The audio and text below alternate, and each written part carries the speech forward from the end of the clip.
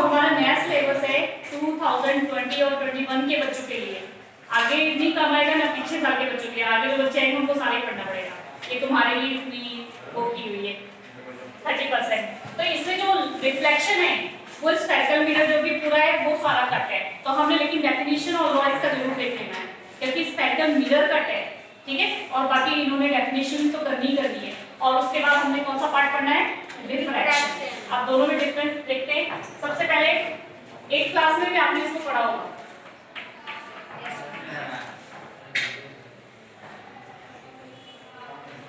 याद आया? तो इसमें क्या होता है कि ये ओपेक ऑब्जेक्ट कोई भी होता है, ओपेक मींस जिसके आर पार हम नहीं देख सकते, ठीक है, या पॉलिश्ड सरफेस होता है, जैसे कि मिरर में हम हमारी इमेज दिखाई देती है ना, क्यों दिखाई देती है? क्योंकि जो लाइट है वो क्या होती है, टकराती है और टकरा के क्या होती है, वापस आ जाती है, ठीक है। तो बाउंसिंग और बैक, ठीक है। जब लाइट बाउंस होके बैक आ जाए उसे क्या बोलते हैं, रिफ्लेक्शन ऑफ लाइट। क्या बोलते हैं, रिफ्लेक्शन ऑफ लाइट। समझ आ गया इतना, ठीक है। अब जो रे टकरा रही है उसको क्या बोलते हैं, इंसिडेंट रे। Very good. और जो टकरा के वापस आ रही है उसको क्या बोलते हैं, रिफ्लेक्टेड रे। शाबाश। अब देखो ये इंसिडेंट हो गई, रिफ्लेक्टेड हो गई, ये क्या है, नॉर्मल। अब यहाँ पर देखो ये हमारी इंसिडेंट रे है, ये नॉर्मल है। इन दोनों के बीच में जो एंगल बन रहा है कौन सा एंगल हो गया, इंसिडेंट एंगल। कौन सा हो गया, इंसिडेंस एंगल, ठीक है। और जो इंसिडेंस एंगल होता है उसको किसी हम डिनोट करते हैं एंगल आई से, ठीक है।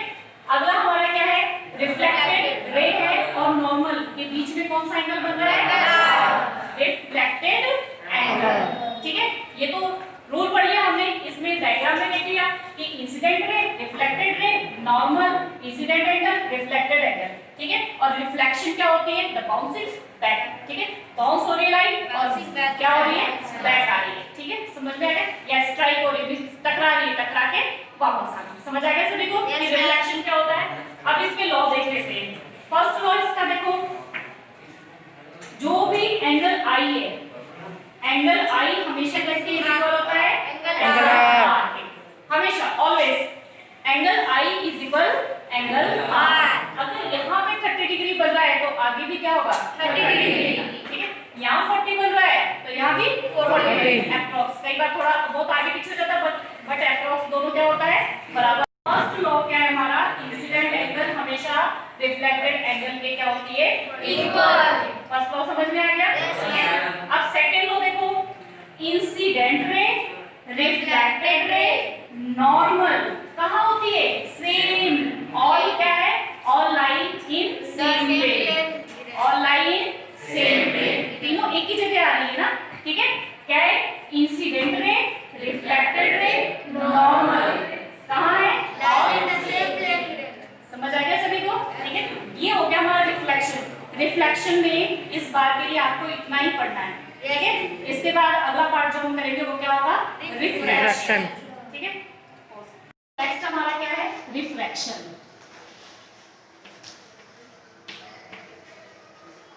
रिफ्रैक्शन और रिफ्लेक्शन दोनों में डिफरेंस क्या है। रिफ्लेक्शन क्या था हमारा, इंसिडेंट एंगल, और मतलब जो है ओपेक ऑब्जेक्ट होना चाहिए, लाइट टकरा रही है, टकरा कर क्या हो रही है, वापस आ रही है। रिफ्रैक्शन क्या है, रिफ्रैक्शन क्या है, when light travel in one medium to another medium. जब लाइट जो है एक मीडियम से दूसरे मीडियम में जाती है उसे क्या बोलते हैं, रिफ्रैक्शन। फॉर एग्जांपल के लिए इसके लिए देखो सिचुएशन पहले, ये हमारा फॉर एग्जांपल हमने मान लिया ग्लास का स्लैब है, ग्लास का स्लैब मींस कांच है, ठीक है। उसके बाद अगर यहाँ पर ये रे टकरा रही है, ठीक है, ये टकरा रही है, टकराने के बाद थोड़ी सी ऐसी हो जाती है बेंड। अगर ये इसको सीधा जाना होगा तो कैसे जाती है, ऐसे जाती, ठीक है, लेकिन वो थोड़ी सी बेंड हो गई और ये इसकी क्या हो गई, नॉर्मल। अब इसका कैसे पता लगेगा कब बेंड होगी कब अवे होगी, तो इसके लिए तुम्हें दो चीज याद रखनी पड़ेगी, एक रेयर और दूसरा डेंसर। रेयर और डेंसर की पहचान कैसे करोगे, जिसके मॉलिक्यूल्स जितने नजदीक है, जिसकी जिसकी डेंसिटी जितनी ज्यादा है, ठीक है, वो रेयर तो होता है डेंसर, और जिसके मॉलिक्यूल्स दूर होते हैं, जिसकी डेंसिटी कम होती है, वो क्या होता है रेयर। फॉर एग्जांपल हम ले लेते हैं जैसे कि वाटर, दूसरा ले लेते हैं एयर। अब इसमें देखो ये क्या है, गैस है, और ये क्या है, लिक्विड है। इनमें से किसके मॉलिक्यूल्स ज्यादा नजदीक है, वाटर के नजदीक है ना, एयर के तो बहुत दूर दूर है, ठीक है। तो एयर और वाटर में जिसके दूर है वो क्या है रेयर, और जिसके नजदीक है वो क्या है डेंसर। समझ आ गया, ठीक है।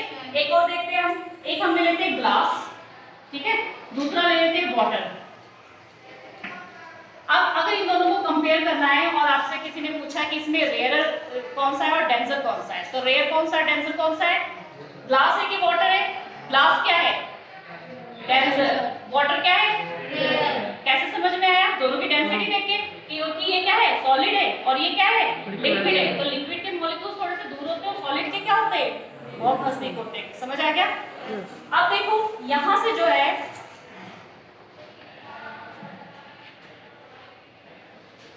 हमारी लाइट जो ट्रेवल कर रही है, यहाँ पर क्या है एयर है, जिसमें जा रही है ये क्या है ग्लास है। अगर हम इन दोनों को कंपेयर करेंगे तो रेयर कौन सा है और डेंसर कौन सा है, एयर क्या है रेयर, और ग्लास क्या है, ठीक है। समझ आ गया। अब लाइट जब ट्रेवल करती है रेयर से डेंसर में तो थोड़ी सी क्या हो जाती है बैंड हो जाती है, ठीक है, ये याद रखना है।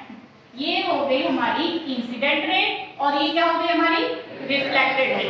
ये क्या हो गई नॉर्मल। अगर ये लाइट सीधे आती तो कैसे आती, ऐसे आती, ठीक है, लेकिन ये क्या होती है पानी में जाने के बाद थोड़ी सी क्या हो जाती है बैंड हो जाती है। समझ आएगा। ये क्या हो गया इंसिडेंट रे रिफ्लेक्टेड रे, ठीक है। और यहाँ पर जो एंगल बन रहा है वो कौन सा हो गया एंगल आई, और ये क्या हो गया हाँ ये याद रखना इंसिडेंट एंगल और रिफ्रैक्टेड एंगल। रिफ्लेक्टेड मत बोलना नहीं तो गलत हो जाएगा। रिफ्लेक्शन यहाँ हो रही है, यहाँ पर क्या हो रही है रिफ्रैक्शन, तो यहाँ पे रिफ्रैक्टेड रे और रिफ्रैक्टेड एंगल। समझ आ गई बात ये, ठीक है। अब आपने ये सीख लिया यहाँ पे कि हमारा रेयर से डेंसर में गया तो थोड़ी सी क्या हो गई बैंड हो गई, ठीक है।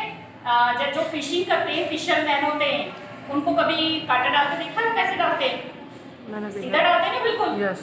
तो सीधा क्यों डालते हैं, क्योंकि ये जो नॉर्मल है, एक सिचुएशन ये भी पहले बताई थी मैं, ये नॉर्मल होती है बीच में, ठीक है।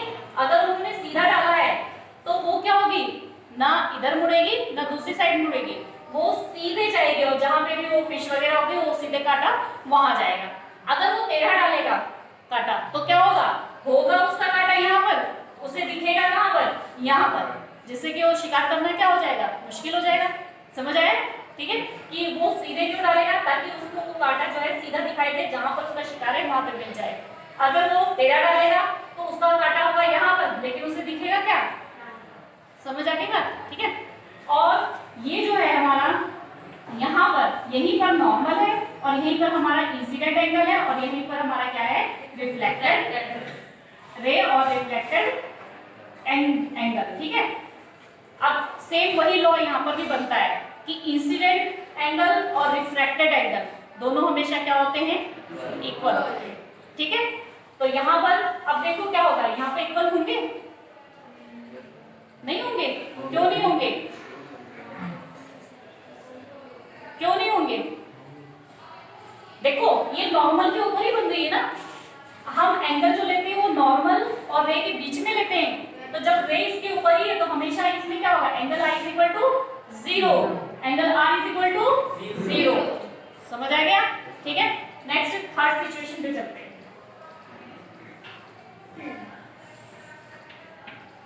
अभी हमने क्या किया था, यहाँ पे एयर से ग्लास में गए थे, अब हमने ग्लास से एयर में बनाना है। ये ग्लास में गया, ये बन गया हमारा नॉर्मल, और अगर इसकी ओरिजिनल जाती तो कुछ इस तरीके से, ठीक है। अब देखो यहाँ पर हमने क्या किया था, यहाँ से आई थी थोड़ी सी, हमने क्या किया था बेंड हो गई थी, यहाँ पर क्या हुई अवे, ठीक है। आगे को झुकी थी और ये क्या हो गई है, पीछे को गई।